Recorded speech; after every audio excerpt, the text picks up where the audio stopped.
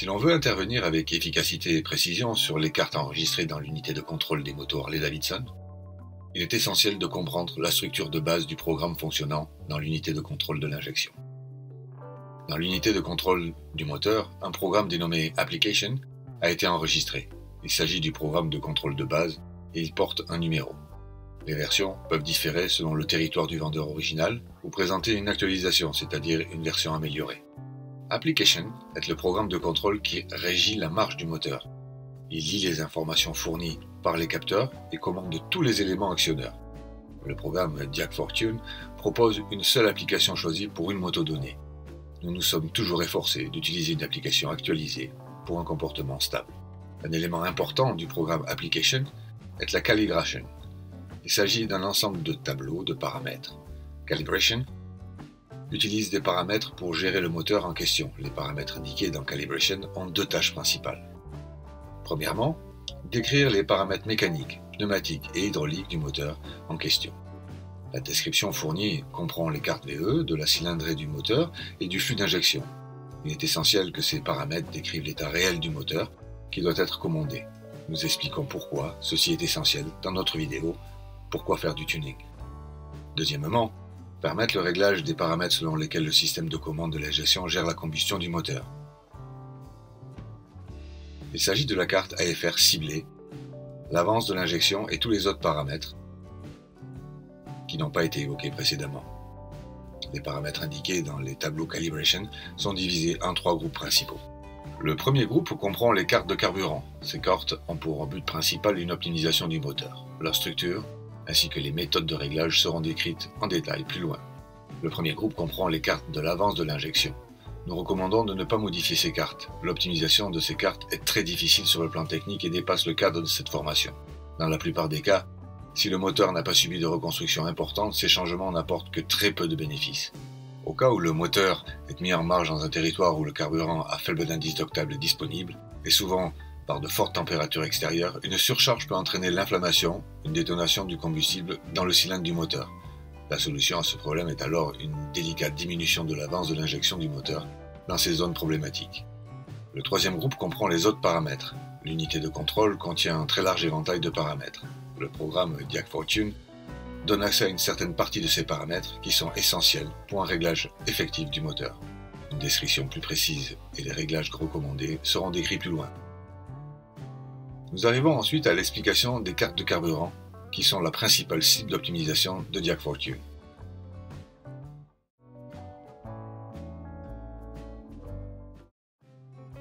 Les cartes VE sont différentes pour chaque cylindre du moteur.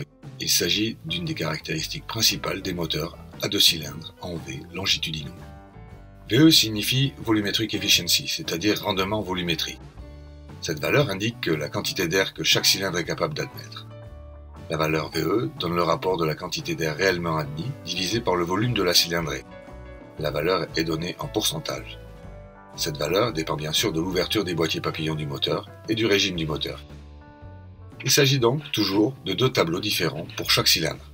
Les modèles plus anciens utilisent généralement des tableaux dépendants des paramètres TPS, RPM, c'est-à-dire de la position des boîtiers papillons et du régime moteur. Les nouveaux modèles utilisent généralement des tableaux dépendants des paramètres MAP et RPM, c'est-à-dire la pression dans les collecteurs d'admission et du régime du moteur. La configuration des paramètres MAP et RPM est meilleure pour le réglage des fonctions du moteur. La pression dans l'admission définit la quantité d'air admis en fonction des changements de la pression barométrique. Le plus important de ce que nous devons savoir au sujet des cartes VE, c'est que, premièrement, les cartes VE décrivent la capacité de chaque cylindre à admettre de l'air. Deuxièmement, il n'existe que deux façons de régler correctement les cartes VE, et ce ne sont en aucun cas des changements manuels simples qui répondent aux souhaits du propriétaire de la moto ou de l'opérateur du tuning. La première méthode est la plus précise. Elle consiste à déterminer de nouvelles cartes VE en mesurant la moto soumise à des charges. Ce processus est possible dans un centre de tuning correctement équipé, sous la direction d'un opérateur expérimenté et prend beaucoup de temps. Néanmoins, le résultat de l'optimisation est garanti. Dans le système Jack4Tune, ce processus se nomme Tuning Professional. Vous pouvez suivre la procédure de mesure VE sur le banc d'essai. Ici, la compagnie Axia propose une formation sur la mesure VE sur banc d'essai comme partie intégrante de la vente du banc d'essai Smart Powered Bench. Une alternative à la mesure VE avec charge se nomme Road Test. La moto est soumise à une charge pendant une course d'essai sur autoroute. Vous pouvez suivre la procédure de base ici. La seconde méthode consiste à paramétrer les cartes VE en choisissant les bonnes cartes VE sur la base de données du programme Diag Fortune pour une moto donnée et sa configuration à l'admission et à l'échappement. Dans le système Diag Fortune, ce processus se nomme Advanced Tuning. Le processus en détail est décrit dans le chapitre suivant sur la formation. En conclusion, que dire des cartes VE? Si vous avez pour but d'augmenter les paramètres de performance du moteur à l'aide d'un chargement de l'admission ou de l'échappement de la moto, les valeurs VE des cartes mesurées sont votre meilleure jauge. Dans certains cas, augmenter les valeurs VE de 10% par exemple signifie que votre modification a réussi à créer une augmentation de 10% de la quantité d'air admis. Cela signifie également que vous avez créé les conditions pour une augmentation du couple du moteur et de la même valeur. Les valeurs VE, lorsqu'elles sont mesurées précisément, sont donc pour un opérateur de tuning les indicateurs les plus importants.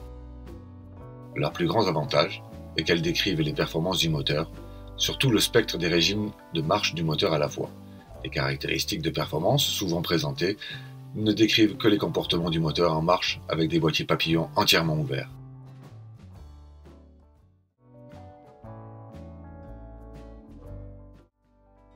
À présent, nous allons décrire plus précisément le deuxième groupe des cartes carburant.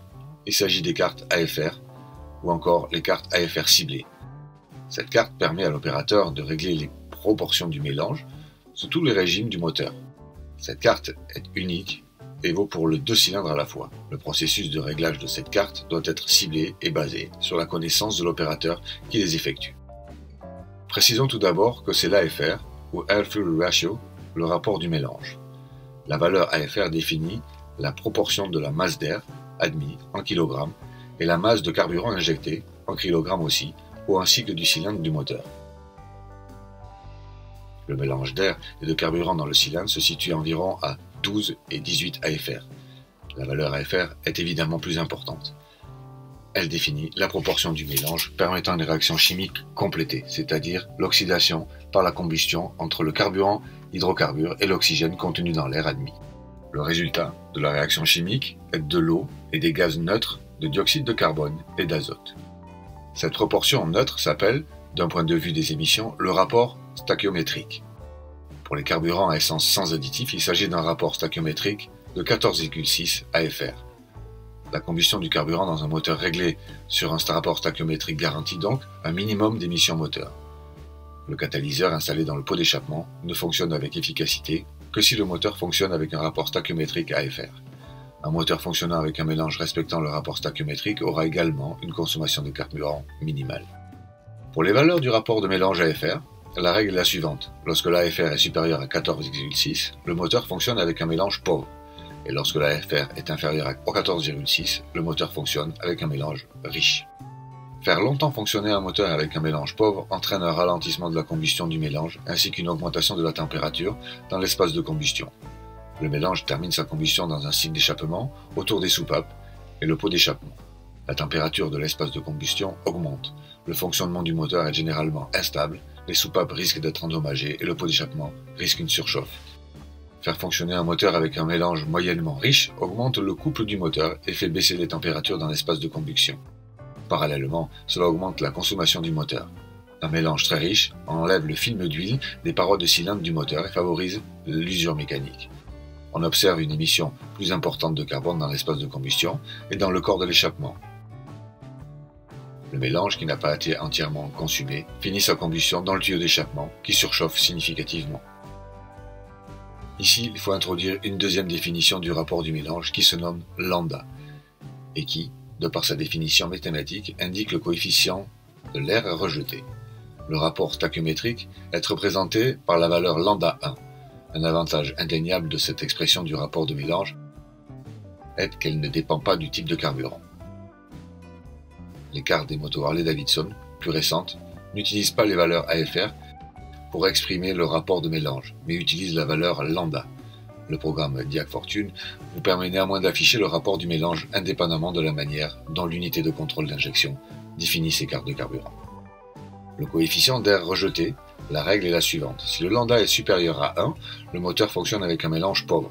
Si le lambda est inférieur à 1, le moteur fonctionne avec un mélange riche. Et maintenant, nous allons prendre un exemple et décrire en détail les cartes AFR originelles de la moto Sportster 2007 XL 1200. Les autres modèles sont dans une situation semblable. La plus grande partie des cartes exige un AFR de 14,6. Cela signifie qu'elles exigent que le moteur fonctionne avec un rapport stöchiométrique tout en étant en boucle de régulation fermée. Cette zone définie couvre la plupart des régimes de fonctionnement de la moto. Le fonctionnement en boucle fermée signifie que la quantité de carburant injectée est corrigée par la mesure du rapport de mélange réel à l'aide de la sonde lambda. Et ce, de façon à ce que le moteur fonctionne toujours avec un rapport stöchiométrique. La sonde lambda est un capteur intégré au tuyau d'échappement à proximité de chaque cylindre du moteur. Dans les autres zones des cartes AFR, où des valeurs AFR inférieures à 14,6 sont exigées, le système fonctionne en boucle de régulation ouverte. Cela signifie que le système n'utilise que les cartes de carburant pour gérer le rapport de mélange et qu'il ignore les informations sur le rapport réel que les sondes lambda lui fournissent. Comment cela fonctionne-t-il donc lorsque le moteur tourne dans des régimes exigeant une valeur AFR inférieure à 14,6 ? Grâce à la carte VE, pour le cylindre avant, l'unité de contrôle sait combien d'air a été admis dans le cylindre. Grâce à la carte AFR, elle connaît la valeur exigée du rapport du mélange. Sur la base de ces données, elle peut donc calculer le temps d'ouverture de l'injection pour le cylindre avant. De la même manière, elle effectue le calcul pour l'injection du cylindre arrière, mais en utilisant les données de la carte VE pour le cylindre arrière. Si nous sommes dans une zone où la carte AFR exige une valeur de 14,6, le calcul est corrigé en tenant compte du résultat de la mesure de la sonde lambda. Le système fonctionne donc ici en boucle fermée lorsque l'AFR est de 14,6. Certains modèles de moto sont équipés d'une unité de contrôle de l'injection, mais ne sont pas munis de sonde lambda. Sur ces modèles, la valeur AFR de 14,6 est remplacée par une valeur de 14,5. En réalité, ce paramétrage ne modifie pas l'exigence du réglage du rapport stöchiométrique. La différence de valeur est minimale. La valeur paramétrée de 14,5 néanmoins désactive la fonction des sondes lambda. Nous venons donc de décrire la zone des cartes AFR où le rapport du mélange est de 14,6 et la zone de carte AFR pour MAP 90-100, c'est-à-dire de la zone avec des boîtiers papillons grand ouverts, présente une AFR de 12,5. Dans ce régime, le moteur fonctionne en zone de puissance maximale, et ce généralement pour une période de temps limitée. C'est pourquoi cette zone a été paramétrée avec un mélange très riche, le surplus de carburant servant à refroidir les espaces de combustion et les soupapes. Une zone semblable se présente aux alentours de 5000-5500 tours par minute, où la AFR est également, pour la même raison, établie à 12,5. La dernière zone, qui est paramétrée avec un mélange riche, est la zone MAP 20-25 kPa. Cette zone de la carte définit le comportement du moteur lors de la décélération, et c'est elle qui est généralement responsable de la pétaradate du pot d'échappement. Ce phénomène se produit en règle générale lorsque le moteur a été appauvri par l'installation d'un échappement ouvert ou par une admission ouverte. Le mélange carburant arrive ainsi, dans certains régimes de décélération, à sa limite d'allumage. L'irrégularité de la combustion du mélange permet un remplissage aléatoire de l'échappement avec le mélange non consommé. La fonction suivante du cycle entraîne une combustion du mélange non consommé qui s'est accumulé dans l'échappement, ce qui se manifeste par une forte détonation non assourdie et par une série de détonations.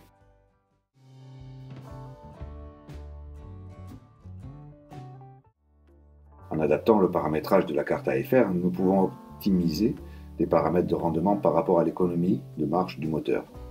Nous sommes également capables d'augmenter considérablement le confort de la course et d'éliminer certains régimes de course instables. En modifiant les paramètres, nous sommes aussi capables de réprimer la pétaradate du pot d'échappement. L'optimisation des paramètres de rendement est issue des résultats des mesures de rendement du moteur TwinCam.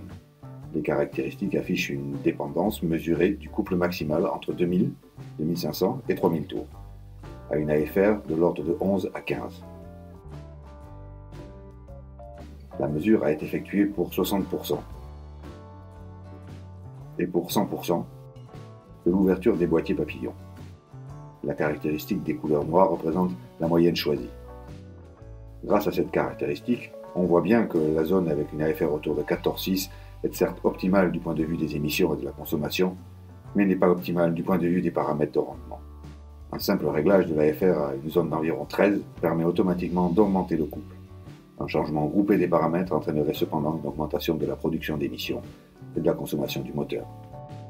Le système des cartes Harley-Davidson ne permet pas un changement des cartes en route, selon les besoins de rendement. C'est pourquoi nous avons cherché d'autres solutions. En faisant des courses d'essai, nous sommes arrivés à la conclusion que pour une circulation quotidienne en ville et sur autoroute, on fonctionne avec une map jusqu'à 60 kPa, ce qui peut être utilisé avantageusement avec le paramétrage d'origine. La situation est toute différente lorsqu'il faut accélérer par exemple pour dépasser un véhicule. On utilise alors MAP à partir de 70 kPa et plus. On a besoin d'augmenter les paramètres de performance, et ce même pour des raisons de sécurité de conduite. Ces expériences nous ont amené à proposer des cartes AFR appelées cartes dynamiques. Cette carte a des valeurs statiques, mais son comportement est dynamique. Dans les conditions de conduite courante, c'est-à-dire avec des maps jusqu'à 60 kPa, le moteur fonctionne avec un rapport AFR stachiométrique. Au cas où les boîtiers papillons sont plus largement ouverts, c'est-à-dire avec MAP 70 et plus, on passe automatiquement à l'AFR qui offre le plus puissant couple atteignable. La carte AFR dynamique se comporte donc comme si elle possédait un commutateur automatique. Il est bien sûr possible de faire varier le seuil de 60 à 70 kPa pour obtenir l'effet désiré sur une autre portée de MAP. Paramétrage des cartes AFR pour un plus grand confort de route. Une demande très répandue parmi les motocyclistes est la conduite en régime ralenti, pendant lequel le moteur V-twin émet son meilleur son. Dans les régimes ralentis, lors du passage d'un niveau de vitesse à un autre, le moteur passe d'abord dans une phase de transition, puis dans les modes instables. Une aide significative pour ces régimes à très faible tour, dans ce cas, consiste à enrichir le mélange tel que c'est indiqué. Il s'agit dans ces cas-là d'une intervention mineure dans le comportement émetteur du moteur qui augmente cependant considérablement le confort de conduite. Dans cette zone, il est possible d'utiliser des niveaux de vitesse plus élevés, même avec de très faibles tours. Paramétrage des cartes AFR pour éliminer les régimes instables du fonctionnement du moteur. Nous utilisons ici un exemple qui concerne plus précisément les moteurs Evolution. Après l'installation d'une admission ouverte et d'un échappement, le fonctionnement du moteur est souvent instable lors d'une conduite courante en ville.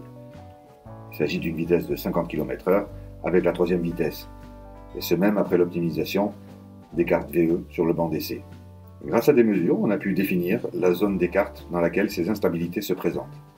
Après des essais, il s'est avéré que la boucle de régulation lambda dans le programme de l'unité de contrôle était instable et causait ces instabilités. Il ne s'agit donc pas d'une panne, mais d'une erreur dans le système. Le paramétrage des cartes AFR qui combat cette instabilité est surligné. Le paramétrage indiqué éteint la boucle de régulation lambda dans les régimes instables et enrichit le mélange de carburant, ce qui élimine totalement le comportement négatif du moteur décrit plus haut. Ces paramétrages des cartes AFR qui combat l'instabilité décrite ci-dessus sur les motos Sportster XL 883 en est un autre exemple. La seule différence qui les distingue est la zone du régime instable. Les cartes dynamiques et certaines corrections typiques sont déjà intégrées dans les cartes du système Jack Fortune, pour la plupart des modèles de moto. Cette technique de paramétrage peut être utilisée avec succès pour l'élimination des régimes instables pour les moteurs Evolution, mais également pour les moteurs Twin Cam. Jusqu'à présent, nous avons présenté le rapport stachiométrique avec un AFR de 14,6. Ce rapport concerne une essence moyenne sans ajout significatif d'alcool. Dans le tableau affiché, on peut déterminer la fluctuation du rapport stachiométrique AFR en fonction de la proportion d'alcool. Pour les carburants E5, la fluctuation est insignifiante. Pour les carburants E10, elle est presque insignifiante et pour les carburants E15, elle est plus élevée. La correction est plus que bienvenue. Pour régler la correction, nous recommandons d'utiliser une astuce mathématico-physique qui laisse toutes les cartes de carburant en valeur numérique. Il s'agit de l'application du facteur de correction de la cylindrée, de façon à ce que le volume soit élevé en pourcentage du tableau indiqué. En conclusion, nous nous intéressons à la question des autres paramètres de la partie de calibration. Le limitateur de tours protège les moteurs de l'endommagement qu'un surrégime entraîne. Vous ne devriez pas augmenter cette valeur si vous n'avez pas au moins garanti une plus grande vitesse du mouvement des soupapes avec les ressorts correspondants. Il faut tout d'abord déterminer les points de température problématiques grâce au diagnostic Jack4Bike. Il faut ensuite régler les cartes Warm-up, Enrichment et l'IAC, Step Warm-up, au niveau de ces points. Il convient de modifier ces caractéristiques au cas où le moteur présente des tours instables, pendant le chauffage du moteur. Les caractéristiques du réglage du ralenti gèrent le niveau de ralenti en fonction de la température du moteur. L'enrichissement d'accélération. Selon nos expériences, il est possible d'effectuer une augmentation de 5-10% des paramètres de l'enrichissement dynamique du mélange. Le réglage du contrôle dynamique des boîtiers papillons à commande électronique. Il est présent surtout sur les modèles 2008 à 2016.